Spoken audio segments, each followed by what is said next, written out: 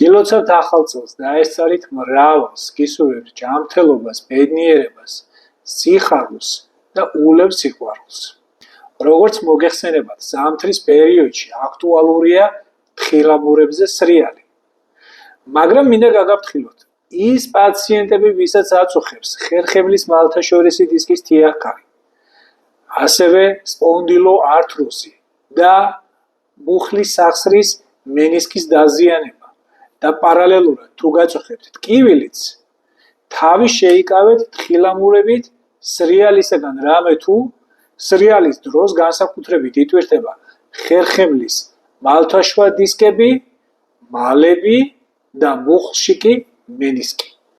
როდესაც მალთაშორისი დისკი, მალები ან მენისკი დაზიანებულია, დატვირთვის დროს, კერძოდ ხერხემლისა და მუხლის სახსრის ცირკულარული მოძრაობისას, უფრო ზიანდება ისედაც დაზიანებული ხერხემალი და მუხლი. ამიტომაც ჯერ იმკურნალეთ და შემდეგ დაკავდით თქვენი საყვარელი საქმით.